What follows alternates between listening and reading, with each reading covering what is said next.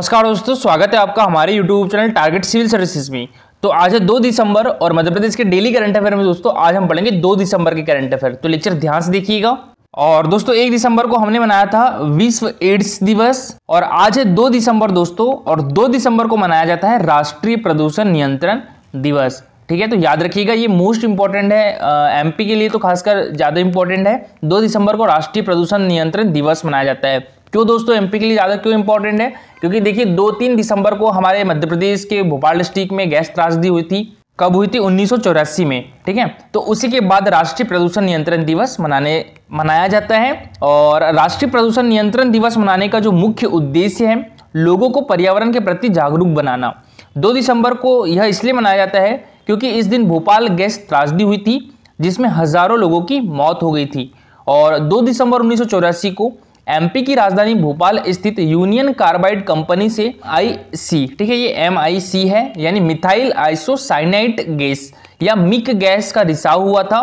इस जहरीली गैस की चपेट में आकर हजारों लोगों ने अपनी जान से हाथ धो बैठे थे और गैस त्रासदी में अपनी जान गंवाने वाले लोगों के सम्मान में यह दिवस मनाया जाता है। तो इस वर्ष भोपाल गैस त्रासदी की 37वीं बरसी है। 37वीं बरसी पर दिवंगत व्यक्तियों की स्मृति में 3 दिसंबर को भोपाल में बरकतुल्ला भवन में श्रद्धांजलि एवं प्रार्थना सभा होगी।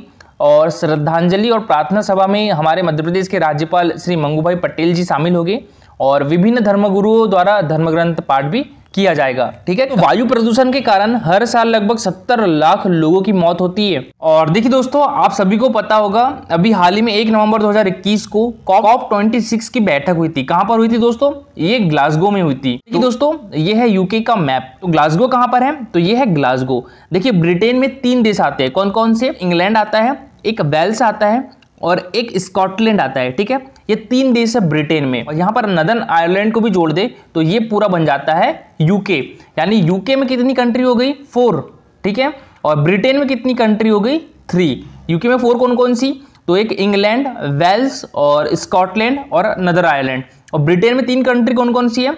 तो एक इंग्लैंड है, वेल्स है और स्कॉटलैंड है। ठीक है, तो याद रखिएगा ब्रिटेन में 3 कंट्रीज हमारे देश पे राज किया था। तो 3 देशों ने मिलकर हमारे पे राज किया था। 3 देशों में एक कंट्री और मिला दे जाए, कौन सी? नदर आयरलैंड, तो ये बन जाता है यूके। ठीक है, तो देखिए यहाँ पर बात करें हम इंग्लैंड की, तो इंग्लैंड की राजधानी क्या है दोस्तों? लंदन है। और यहाँ वेल्स की राजधानी क्या है? तो कार्डिफ है। और स्कॉटलैंड की राजधानी क्या है? एडिनबर्ग है। ठीक है, स्कॉटलैंड की राजधानी क्या है? एडिनबर्ग है। और स्कॉटलैंड में ही ग्लासगो सिटी है। तो वहीं पर अभी COP26 का सम्मेलन हुआ था। तो देखिए प्रधानमंत्री नरेंद्र मोदी ने ग्लासगो स्कॉटलैंड में COP26 शिखर सम्मेलन के दौरान भारत का पक्ष दुनिया के सामने रखा। और इस दौरान पहली बार 2015 के बाद COP26 में भारत के लिए संशोधित नेशनली डिटरमाइंड कंट्रीब्यूशन यानी NDC की घोषणा की है। और इसके अंतर्गत वास्तविक जलवायु कार्रवाई की घोषणा करते हुए 2070 तक नेट जीरो एमिशन का लक्ष्य निर्धारित किया है। दोस्तों इस लक्ष्य को हासिल करने के लिए भारत ने विकसित देशों से जलवायु वित्त के तहत $1 ट्रिलियन की मांग की है। ठीक है, ये US डॉलर में है। तो कितने ट्रिलियन डॉलर की मांग की है? $1 ट्रिलियन की मांग की है। ठीक है, और क्लाइमेट चेंज पर इस वैश्विक मंथन के बीच प्राइम मिनिस्टर नरेंद्र मोदी ने पंचामृत लक्ष्यों को पेश किया है। तो दोस्तों वो पंचामृत लक्ष्य कौन कौन से हैं इनको याद रखिएगा, मोस्ट इंपॉर्टेंट है। 2030 तक 500 गीगावाट नवीकरणीय ऊर्जा की स्थापना करना है जो मौजूदा कोयले की स्थापित क्षमता के दुगने से अधिक है। 2030 तक 1 बिलियन टन कार्बन उत्सर्जन को कम करना है। 2030 तक अपनी कुल ऊर्जा आवश्यकताओं का 50% नवीकरणीय ऊर्जा से पूरा करना है। और 2030 तक अपनी अर्थव्यवस्था से कार्बन इंटेंसिटी को 45% तक कम करना है। ठीक है, तो ये पंचामृत लक्ष्य को पेश किया गया है दोस्तों हमारे देश के प्राइम मिनिस्टर नरेंद्र मोदी के द्वारा। अच्छा दोस्तों, मैं आपसे यहाँ पर एक क्वेश्चन पूछना चाहूंगा, कमेंट बॉक्स में सभी लोग करिएगा इसका आंसर।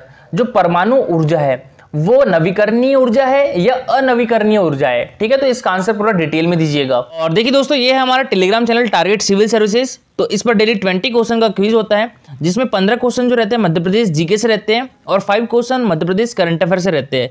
इस टाइप से इसका रिजल्ट निकलता है। और दोस्तों कल जो हमारा क्विज हुआ था 104वां, इसमें जो फर्स्ट रैंक आई है वो कुलदीप की आई है, सेकंड रैंक मोहन की आई है और थर्ड रैंक जो है वो परमलाल पटेल की आई है। ठीक है, और इसको लगभग 350 लोगों ने अटेम्प्ट किया है। तो दोस्तों आप भी इस क्विज में पार्टिसिपेट कर सकते हो। टेलीग्राम चैनल की लिंक आपको हमारे वीडियो के डिस्क्रिप्शन बॉक्स में मिल जाएगी। चलिए दोस्तों, सबसे पहले हमने जो कल करंट अफेयर पढ़े थे उसका रिवीजन कर लेते हैं, उसके बाद स्टार्ट करेंगे हम आज के करंट अफेयर। तो कल के करंट अफेयर में पहला क्वेश्चन था हमारा, मध्य प्रदेश में कितने नए मेडिकल कॉलेज खोलने के प्रस्ताव को कैबिनेट की बैठक में मंजूरी मिल चुकी है दोस्तों? तो ये 6 मेडिकल कॉलेज को। तो इसका आंसर क्या हो जाएगा? Option number B. और दोस्तों अभी तक हमारे मध्य प्रदेश में कितने मेडिकल कॉलेज है? 14 मेडिकल कॉलेज है। अब हमारे मध्य प्रदेश में कितने मेडिकल कॉलेज हो जाएंगे दोस्तों? तो 20 हो जाएंगे, ठीक है। 14 पहले से है और 6 और इसमें इंक्लूड हो जाएंगे, तो अब हमारे मध्य प्रदेश में 20 मेडिकल कॉलेज हो जाएंगे। तो हम बात करें हमारे मध्य प्रदेश में जो चिकित्सा शिक्षा का प्रारंभ हुआ था वो KH मेडिकल स्कूल इंदौर की स्थापना के साथ 1878 में किया गया था। और उसके बाद प्रथम जो मेडिकल कॉलेज है वो ग्वालियर का राजा मेडिकल कॉलेज 1946 में स्थापित किया था। और ये हमारे देश का कौन सा मेडिकल कॉलेज था दोस्तों? 17वां मेडिकल कॉलेज था। हमारे मध्य प्रदेश का पहला मेडिकल कॉलेज कौन सा था दोस्तों? गजराजा मेडिकल कॉलेज ग्वालियर का था। इसकी स्थापना 1946 में हुई थी। और देखिए इसके बाद जो एम्स है, all India institute of medical sciences, तो इसकी स्थापना कब हुई थी? 2012 में हुई थी। और ये कहाँ पर है दोस्तों? भोपाल में है, ठीक है। ये हमारे मध्य प्रदेश का 7वां मेडिकल कॉलेज था और हॉस्पिटल भी है। 2018 तक हमारे मध्य प्रदेश में 7 मेडिकल कॉलेज हुआ करते थे। फिर उसके बाद 2018 के बाद रतलाम, खंडवा, छिंदवाड़ा, विदिशा, दतिया, शहडोल और शिवपुरी 2018 में इन 7 मेडिकल कॉलेज की स्थापना हुई थी। उसके बाद हमारे मध्य प्रदेश में 14 मेडिकल कॉलेज हो गए थे। और अब 2021 में 6 नए मेडिकल कॉलेज की स्थापना करने की घोषणा की है मंत्रिमंडल के द्वारा। तो अब इसकी संख्या कितनी हो जाएंगी? 20 हो जाएगी। दोस्तों हमारे मध्य प्रदेश में वेटनरी कॉलेजों की संख्या कितनी है? 3 है।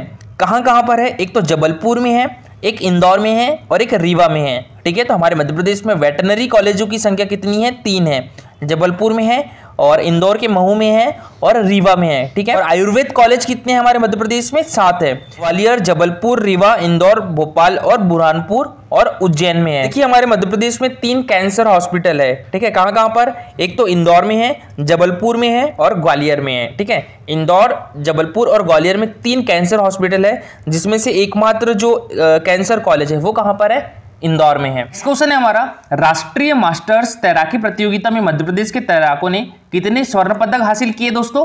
तो ये किया है 11 स्वर्ण पदक हासिल। तो इसका आंसर हो जाएगा ऑप्शन नंबर सी, 11 स्वर्ण पदक हासिल की है। और राष्ट्रीय मास्टर्स तैराकी प्रतियोगिता कहां पर आयोजित की जा रही है दोस्तों? ये कर्नाटक के मैंगलुरु में आयोजित की जा रही है, ठीक है। और ये 17वीं राष्ट्रीय मास्टर्स तैराकी प्रतियोगिता है। इसमें मध्य प्रदेश ने कुल कितने पदक जीते दोस्तों? 24 पदक जीते हैं। कुल 24 पदक जीते हैं, जिसमें से जो 5 है वो रजत पदक है और 8 कांस्य पदक जीते हैं, ठीक है। 11 स्वर्ण पदक, 5 रजत पदक और 8 कांस्य पदक हैं। तो बात करें हम यहाँ पर तैराकी की, तो हमारे मध्य प्रदेश की तैराकी एकेडमी कहाँ पर है? ये हमारे मध्य प्रदेश की राजधानी भोपाल में है। और देखिए अभी 2020 के MPPSC में क्वेश्चन आया था, खेल के क्षेत्र में प्रशिक्षकों को कौन सा अवार्ड दिया जाता है, यानी कोचेस को कौन सा अवार्ड दिया जाता है दोस्तों? विश्वामित्र पुरस्कार दिया जाता है, ठीक है। और देखिए इस साल याद रखिएगा, पैरा स्विमिंग के क्षेत्र में जो विश्वामित्र पुरस्कार है 2020 का, वो किसे मिला है दोस्तों? श्री बीरेंद्र डबास को मिला है। याद रखिएगा, श्री बीरेंद्र डबास का नाम, इनको पैरा स्विमिंग के क्षेत्र में विश्वामित्र पुरस्कार 2020 से सम्मानित किया गया है। तैराकी के क्षेत्र में किसी को भी एकलव्य पुरस्कार और विक्रम पुरस्कार 2020 नहीं दिया गया है, जहां तक मुझे याद है, ठीक है। और जो 2019 का एकलव्य पुरस्कार है वो तैराकी के लिए किसे दिया गया था? परम पद्म बिरथरे को दिया गया था, ये इंदौर से थे। और जो विक्रम पुरस्कार है 2019 वो तैराकी के लिए किसे दिया गया था? अद्वैत पागे को दिया गया था। और इनका भी संबंध हमारे मध्य प्रदेश के इंदौर डिस्ट्रिक्ट से है। क्वेश्चन है दोस्तों हमारा, भोपाल में राष्ट्रीय शूटिंग चैंपियनशिप में मध्य प्रदेश अकादमी के ऐश्वर्य प्रताप सिंह तोमर ने कौन सा पदक जीता है? तो इनके द्वारा जीता गया है स्वर्ण पदक। तो इसका आंसर क्या हो जाएगा? ऑप्शन नंबर ए, स्वर्ण पदक। और दोस्तों ये है ऐश्वर्य प्रताप सिंह तोमर, इनका संबंध हमारे मध्य प्रदेश के खरगोन डिस्ट्रिक्ट से है। और देखिए दोस्तों, एक ऐश्वर्य प्रताप सिंह तोमर को 2019 का एकलव्य पुरस्कार भी मिला था, ठीक है। तो याद रखिएगा, ये एक शूटिंग प्लेयर है और इनको 2019 का एकलव्य पुरस्कार दिया गया था। और एकलव्य पुरस्कार किसे दिया जाता है दोस्तों? ये हमारे मध्य प्रदेश गवर्नमेंट के द्वारा दिया जाता है 19 वर्ष से कम आयु वर्ग के खिलाड़ियों को, ठीक है। इसमें पुरस्कार राशि कितनी है दोस्तों? 1 लाख रुपए पुरस्कार राशि है। और ये राष्ट्रीय अंतर्राष्ट्रीय स्तर के खिलाड़ियों को दिया जाता है जो कि मध्य प्रदेश के निवासी है और 19 वर्ष से कम आयु वर्ग के खिलाड़ियों को दिया जाता है। और दोस्तों एकलव्य पुरस्कार की स्थापना कब हुई थी? तो ये 1994 में हुई थी, ठीक है। देखिए 2019 का विक्रम पुरस्कार शूटिंग के क्षेत्र में किसे दिया गया दोस्तों? ये कुमारी चिंकी यादव को दिया गया था, ठीक है। और चिंकी यादव का संबंध किस डिस्ट्रिक्ट से है? तो भोपाल डिस्ट्रिक्ट से है। कुमारी चिंकी यादव को 2019 का विक्रम पुरस्कार मिला था। और खेल के क्षेत्र में हमारे मध्य प्रदेश का सर्वोच्च सम्मान कौन सा है, तो वो भी विक्रम पुरस्कार है। ये 19 वर्ष से अधिक आयु वर्ग के खिलाड़ियों को दिया जाता है। इसमें पुरस्कार राशि 2 लाख रुपए है दोस्तों। पुरस्कार की शुरुआत कब से हुई थी, 1990 से हुई थी दोस्तों। 2020 का एकलव्य पुरस्कार शूटिंग के क्षेत्र में किसे दिया गया है, तो ये प्रीति रजक को दिया गया है, ठीक है। और प्रीति रजक का संबंध किस डिस्ट्रिक्ट से है, होशंगाबाद डिस्ट्रिक्ट से है। और 2020 का विक्रम पुरस्कार शूटिंग के क्षेत्र में किसे दिया गया है दोस्तों, तो ये सुनिधि चौहान को दिया गया है। और सुनिधि चौहान का संबंध किस डिस्ट्रिक्ट से है, भोपाल डिस्ट्रिक्ट से है, ठीक है। और अभी राष्ट्रीय शूटिंग चैंपियनशिप का आयोजन कहां पर किया जा रहा है, तो ये भोपाल में किया जा रहा है। और हमारे मध्य प्रदेश राज्य शूटिंग एकेडमी का जो मुख्यालय है वो भी कहां पर है, तो वो भी भोपाल में है। क्वेश्चन है हमारा, किस जिले की गढ़ी मल्हारा नगर परिषद ने कोरोना का 100% वैक्सीनेशन पूरा कर प्रदेश की पहली नगर परिषद बन गई है दोस्तों। तो ये किस डिस्ट्रिक्ट में है, गढ़ी मल्हारा नगर परिषद, ये छतरपुर डिस्ट्रिक्ट में है। तो इसका आंसर क्या हो जाएगा, option number C, Chhatarpur district. और देखिए दोस्तों, पूरे देश में 10 लाख से अधिक की आबादी वाले जिलों में जो इंदौर डिस्ट्रिक्ट है वह पहला जिला बन गया है जिसने 100% वैक्सीनेशन प्रथम डोज का किया था। कब किया था, 31 अगस्त को किया था। अच्छा दोस्तों, हमारे देश में 100 करोड़ लोगों को वैक्सीनेशन डोज पूरा कब कर लिया गया था, तो ये 21 अक्टूबर को कर लिया गया था। याद रखिएगा ये डेट, 21 अक्टूबर याद रखिएगा, ठीक है, मोस्ट इंपॉर्टेंट है। 21 अक्टूबर को हमारे देश में 100 करोड़ टीके लग चुके थे। बात करें हम छतरपुर डिस्ट्रिक्ट की, तो देखिए छतरपुर डिस्ट्रिक्ट में खजुराहो मंदिर है जिसको यूनेस्को द्वारा विश्व धरोहर स्थल की सूची में कब शामिल किया गया था, 1986 में शामिल किया गया था, ठीक है। देखिए हमारे मध्य प्रदेश में 3 ऐसे विश्व धरोहर स्थल है जिनको यूनेस्को द्वारा विश्व धरोहर स्थल की सूची में शामिल किया गया है। कौन कौन से हैं, एक तो छतरपुर का खजुराहो मंदिर है, सांची स्तूप है जो कि रायसेन डिस्ट्रिक्ट में है, और एक भीमबेटका है, ये भी रायसेन डिस्ट्रिक्ट में है, ठीक है।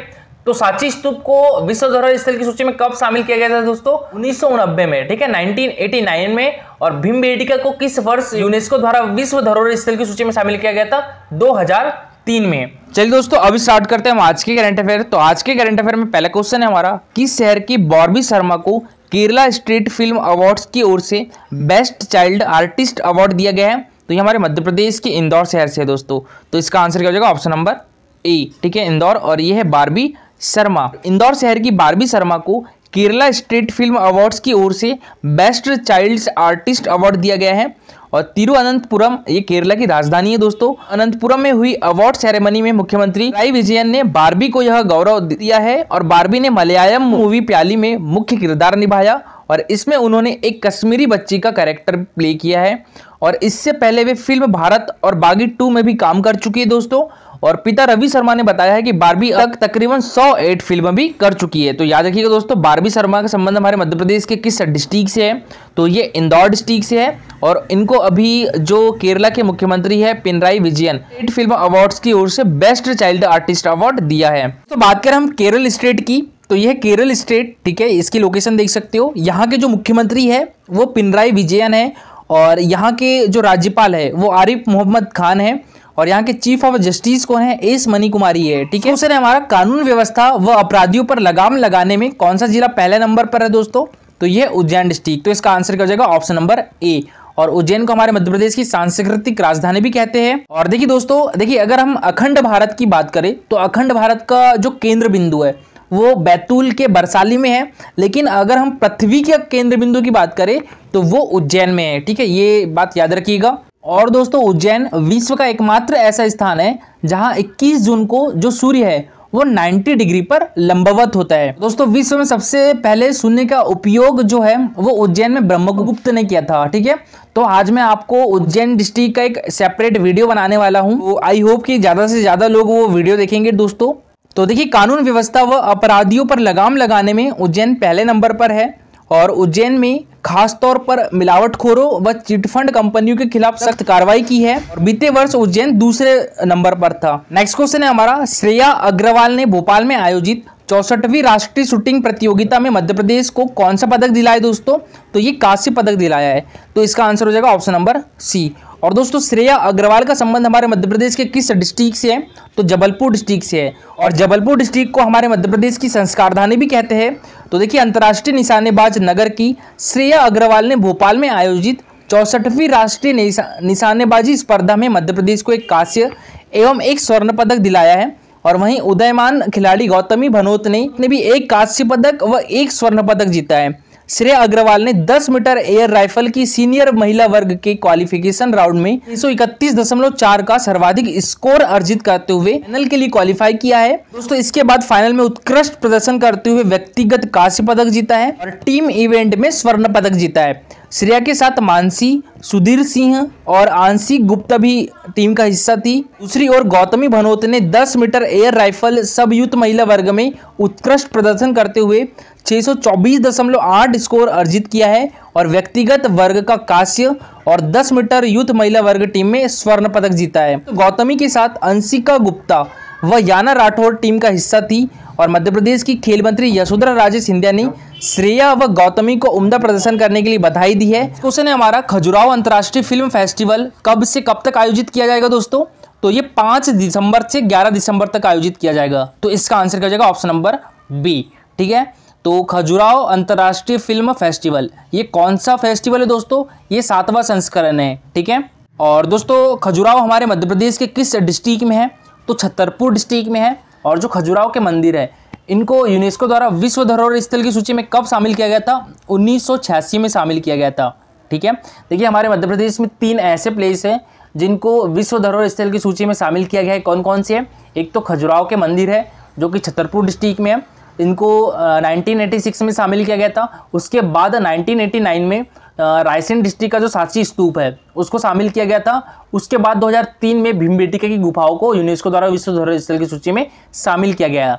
और देखिए जो भीमबेटका की गुफाएं हैं और सांची स्तूप है ये दोनों किस डिस्ट्रिक्ट में है दोस्तों?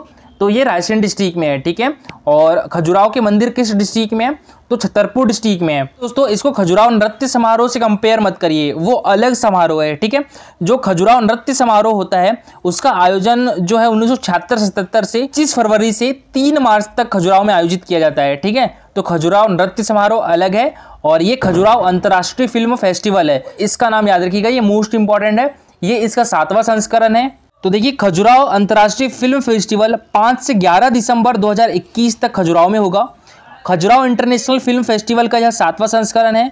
इससे पहले 6वें संस्करण में महिला सशक्तिकरण, स्वास्थ्य और ग्रामीण विकास जैसी कई महत्वपूर्ण थीम पर आधारित फिल्मों का प्रदर्शन किया जा चुका है।